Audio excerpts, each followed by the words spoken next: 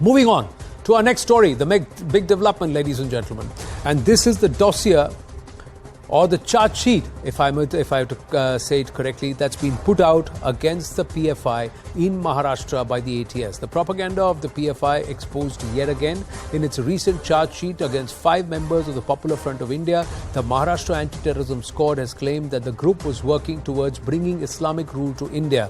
CNN News18 has accessed exclusive PFI documents from Maharashtra Anti-Terror Squad charge sheet. The ATS has claimed that PFI had an internal document with an aim to establish Islamic country by 2047 and that there was a staged program broken down into 4 stages to make India an Islamic state.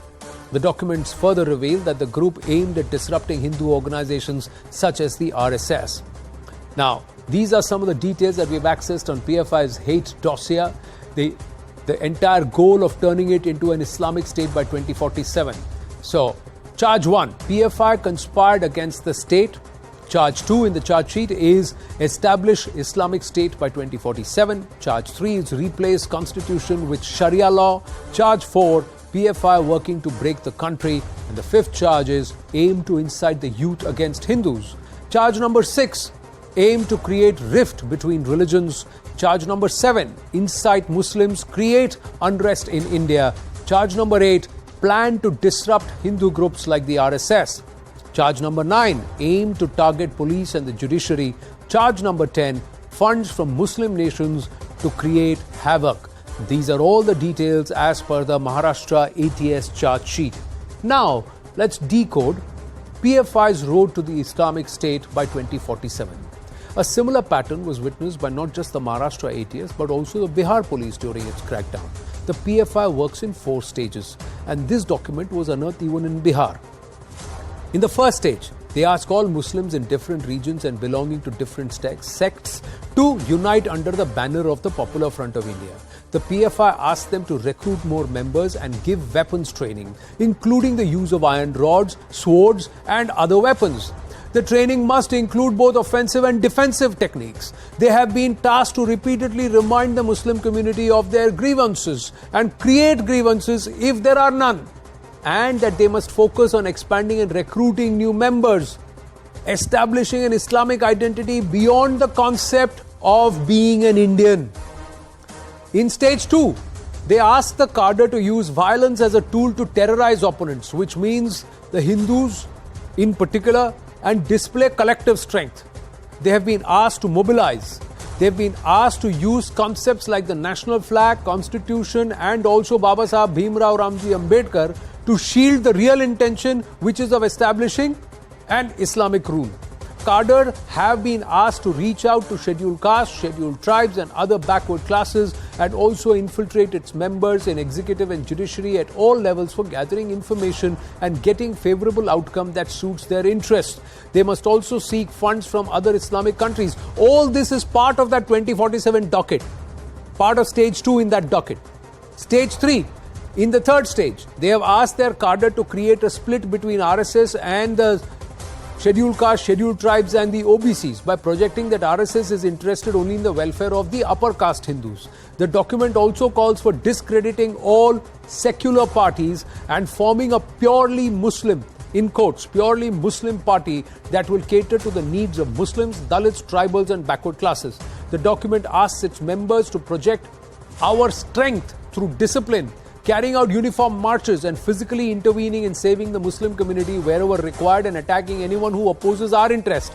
Stockpiling of weapons and explosives must be done at this stage. This is stage number 3. The final stage as per the docket.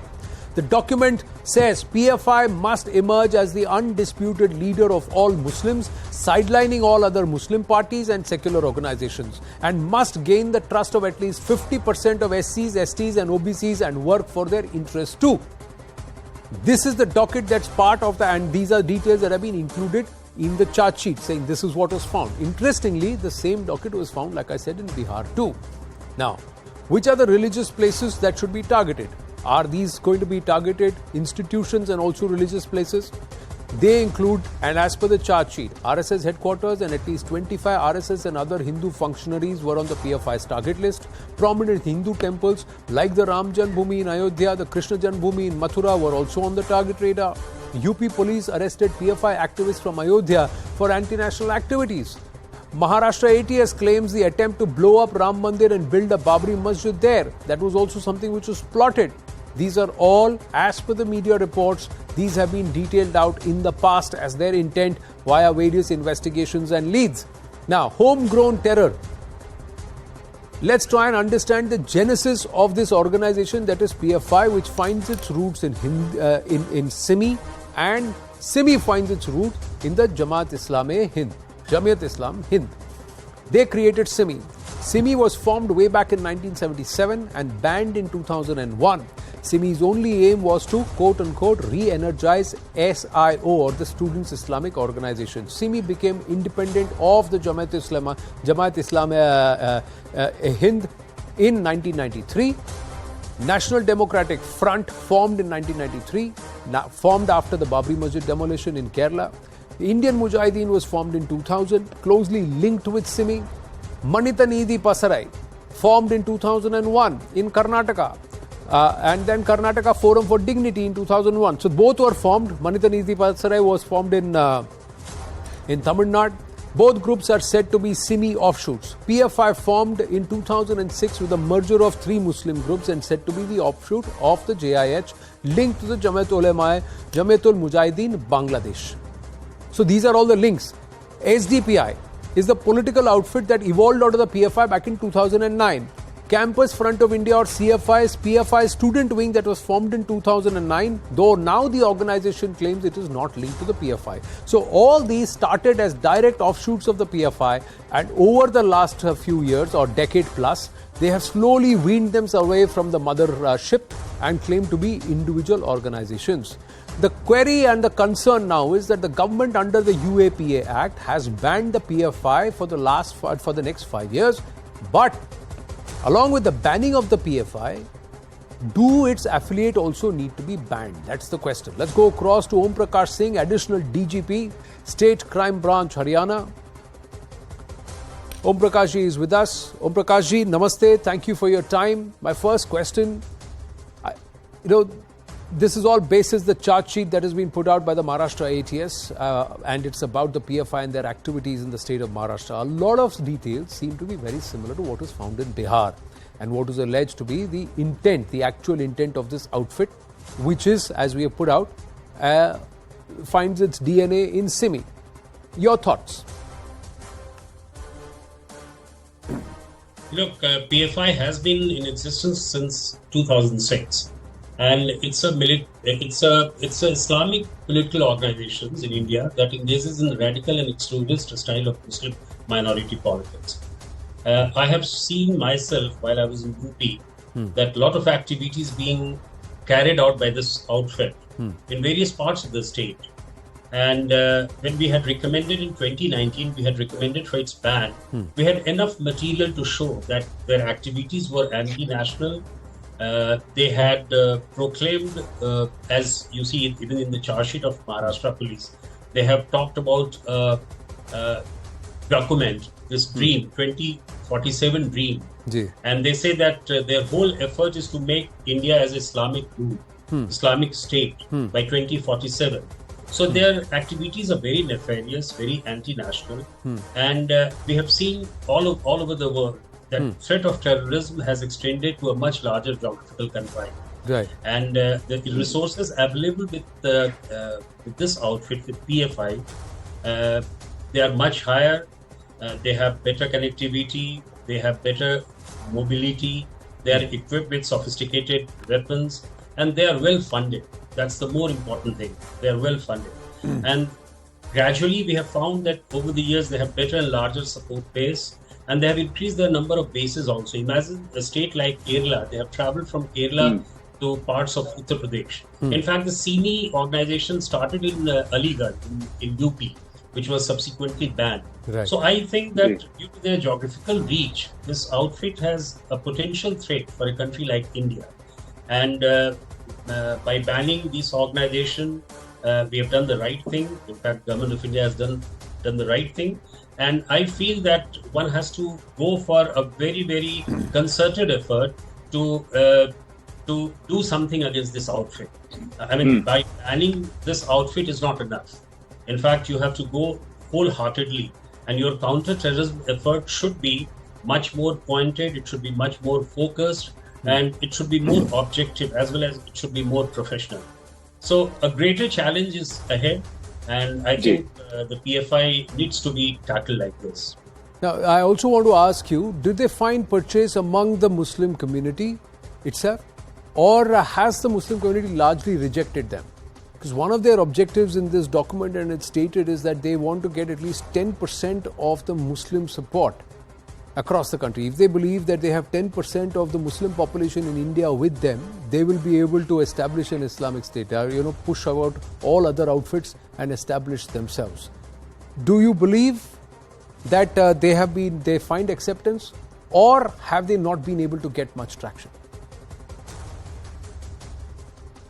Look, depends on the kind of educational level the Muslims have.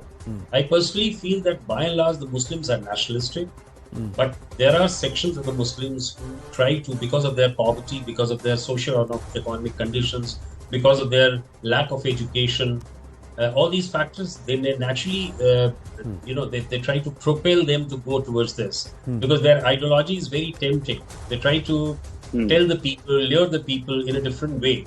So I would largely believe that most of the Muslims are not gravitating towards the ideology. But yes, there is chance. That is why you have the cases of radicalizations, and that is why we say that the Government of India, and it has been done, we should go for de-radicalization and counter-radicalization process. So I do feel that largely the Muslims are not siding with them, but certainly there are pockets in Kerala, there are pockets in Bihar, there are pockets in Eastern UP as well as in Western UP, where some of the populations are gravitated towards them. So what's the solution? They're banning organizations, filing charge sheets, nearly 250 to 300 cadre have been arrested, but is that the solution? What's next? As I said, the counter-terrorism effort should be much more focused. On the one hand, you need to deal with them strictly by seeing that how their financial sources can be choked, can be stopped. This is number one. Number two, all their sources for getting the funds, getting the weapons, getting ideologies, getting so many electronic evidences or electronic literatures and all that, they should be very, very massively dealt with. This is one. Right. Secondly, we need to mainstream the Muslims also. We need to tell them that this is not in your interest. And radicalization, de-radicalization and counter-radicalization, all these programs should go. In fact, the police in Maharashtra, police in UP and Kerala, so many states, they are doing it, and they have been very, very successful. I know for myself, right, when I was DGP there, we had a lot of programs on de-radicalization, and we succeeded in doing so many radicals turning into mainstream people. Yeah. But it's not just the uneducated. There are also highly educated individuals who are members of PFI, or they are members of its affiliate organizations, and you can see them manifest across the country under various bodies and heads, but they seem to be pushing the same narrative. How do we tackle that? So it's educated individuals who are involved with the PFI who are championing all of this, and if you find the modus, they use various aspects of constitution, various aspects, various narratives to find themselves very benign and hide their real motive. There is always an underlying ulterior design. How do we tackle that? Is the establishment cognizant of this? You're right in saying so, that a lot of educated youths and Muslims, they are becoming radicalized through that. You see this attack, the recent attack in Gorakhnath Mandir, where a chap from IIT Bombay, he could do that. So we cannot say largely that it's because of the lack of education. It's more because of the education and because of some very strong notions about this. But as you rightly said, that we need to educate them, we need to have better connections with the youth, and youth have to be told, they have to be given a kind of message that Right. this is not something you can aspire for. India remains India. It's a robust country. Look at the economy. Look at so many things. Right. We are gravitating towards one of the greatest powers on earth. Correct. And 2047 will become one of the strongest nations in the world. So their dream gets shattered. They just cannot think of making it an Islamic state and trying to have a different kind of preachings, different kind of ideology altogether. So youths have to play a very, very important role. And in fact, a lot of activities, the programs that is being initiated by our Honorable Prime Minister is also towards building a nation building by the youths. Youths are playing a very, very important role. And you know that India is going to be a young country. And youths are a very, very sizable population. That includes Muslim as well. So we have to tap and we have to tell and we have to indoctrinate these people, the Muslims, the young Muslims, that this is not good for them if at all they think in those terms. Well, OP Singh ji, thank you. Thank you for your time and for weighing in on this entire matter. Somewhere the opinion is that the government needs to also keep close tabs on the affiliates and are active members of the PFI now hiding behind or using the affiliates to try and continue their operations and their intent. That question remains, and it's the state that's got to crack down on it. We're going to get a move on.